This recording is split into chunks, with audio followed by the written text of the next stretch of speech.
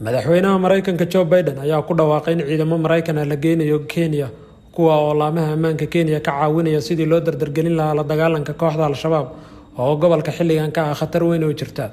warqad ka soo baxday Koongareeska Mareykanka maanta oo Axad ahayd ayaa lagu sheegay in madaxweyne Biden uu saxiixay qorshihii lagu geyn lahaa ciidamada gaarka ah u tababaran ee Mareykanka bariga Afrika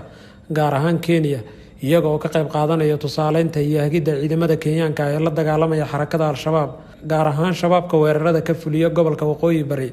tan iyo markii kooxda Al-Shabaab laga saaray caasimadda Soomaaliya ee Muqdisho oo ahayd saldhigga ugu weyneed ee kooxda ayaa la filayay in hoos u dhac uu ku yimaado balse arrintaa ma suuroobin oo waxa isbedelay wejigii dagaalka iyaga oo shabaabku ay xoogga saareen weerarada gaadmada ah qaraxyada iyo weerarada ismiidaamiska ee lagu qaado hoteelada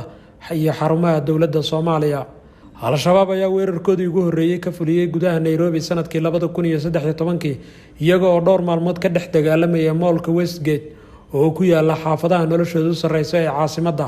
waxaana xigay dhowr sano kadib weerarkii Hotel Dusit oo isna dad badan ay ku dhinteen.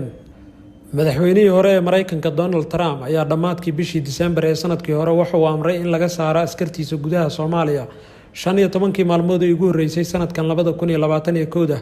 ayaa la soo saaray ciidanka. arrintaana waxay hoos u dhigtay weerarada ciidamada Mareykanka ay ka wadeen Soomaaliya ayna ku beegsanayeen xubnaha hoggaanka u ah kooxda. ciidamada gaarka ah ee Mareykanka ee jooga wadamada dariska waxaa ka go'an inay wadaan howlgallada ay ka fulinayaan Soomaaliya sida lagu sheegay war ka soo baxay ciidamada Mareykanka ee Afrika ka howlgala.